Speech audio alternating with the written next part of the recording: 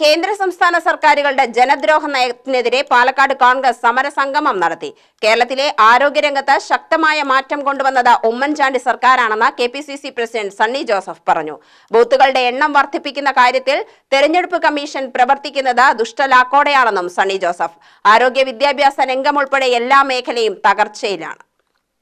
പാലക്കാട് DCCയുടെ സമരസംഗമം ഉദ്ഘാടനം ചെയ്ത് സംസാരിക്കുകയായിരുന്നു സണ്ണി ജോസഫ്. എല്ലാ ജില്ലകളിലും മെഡിക്കൽ കോളേജ് എന്നത് ഉമ്മൻചാണ്ടിയുടെ ആശയമാണ്.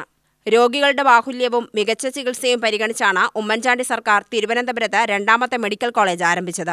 രമ്യ ഹരിദാസിന്റെ വെളിപ്പെടുത്തലിന്റെ അടിസ്ഥാനത്തിൽ പോരായ്മകൾ പരിഹരിക്കുന്നതിന് പകരം പിണറായി വിജയൻ ശ്രമിച്ചത് രമ്യ ഹരിദാസിനെ അടിച്ചിരുത്താനാണ്.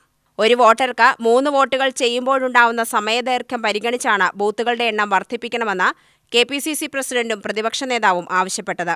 എന്നാൽ ചെലവിന്റെ കാര്യം തെരഞ്ഞെടുപ്പ് കമ്മീഷൻ പറഞ്ഞത് രാഷ്ട്രീയ ദുഷ്ടലാക്കോടെയാണ്.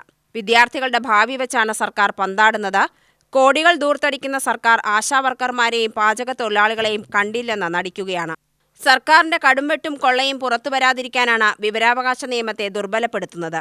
സർക്കാരിന്റെ ഓരോ ജനവിരുദ്ധതയും തുറന്നുകാട്ടും വിജയം മാത്രമാണ് ലക്ഷ്യം. അടിച്ചമർത്താൻ ശ്രമിച്ചാൽ ഇരുന്നു കൊടുക്കാൻ കിട്ടില്ലെന്നും സണ്ണി ജോസഫ് പറഞ്ഞു. കേരള സർക്കാർ ജനവിരുദ്ധ നയങ്ങൾ സ്വീകരിക്കുന്നതിൽ പ്രതിഷേധിച്ചുകൊണ്ട് കേരളത്തിലെ ജനങ്ങൾക്ക് വേണ്ടി നിങ്ങൾ വോട്ട് രേഖപ്പെടുത്തണമെന്നാണ് പറഞ്ഞത്. ആ പ്രശ്നങ്ങൾ നമുക്കറിയാം.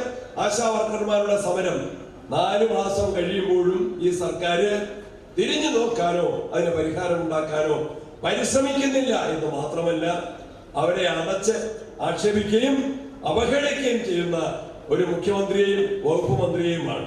സ്വകാര്യ ആശുപത്രിയിൽ, കൊച്ചിയിലെ സ്വകാര്യ ആശുപത്രിയിൽ തന്നെ കൊണ്ടുപോയി ചികിത്സിച്ചതിന്റെ അടിസ്ഥാനത്തിലാണ് താൻ ഇന്ന് ജീവിച്ചിരിക്കുന്നത് എന്ന് ഇടതുപക്ഷ ഗവൺമെന്റിലെ ഒരു മന്ത്രി തന്നെ കുറ്റസമ്മതം നടത്തുന്ന സാഹചര്യം ഉണ്ടായിരിക്കുന്നു.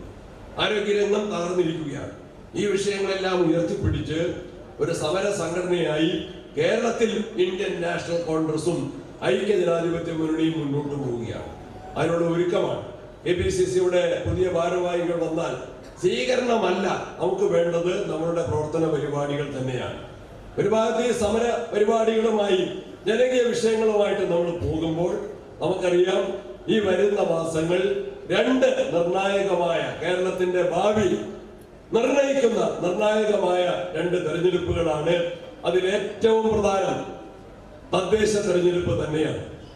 തദ്ദേശ തെരഞ്ഞെടുപ്പ് അധികാര വികേന്ദ്രീകരണം അത് കോൺഗ്രസിന്റെ സംഭാവനയാണ്. DCC പ്രസിഡന്റ് എ തങ്കപ്പൻ അധ്യക്ഷത വഹിച്ചു. എംപിമാരായ VK Sreekandan, Shafi Parambil, Rahul Mamkootathil, MLA VT Balram, AP Anilkumar, PC Vishwanath, VS Vijayaraghavan, CP Muhammad, KA ചന്ദ്രൻ, സന്ദീപ് വാര്യർ, VC കബീർ തുടങ്ങിയവർ പ്രസംഗിച്ചു. UTV news Palakkad.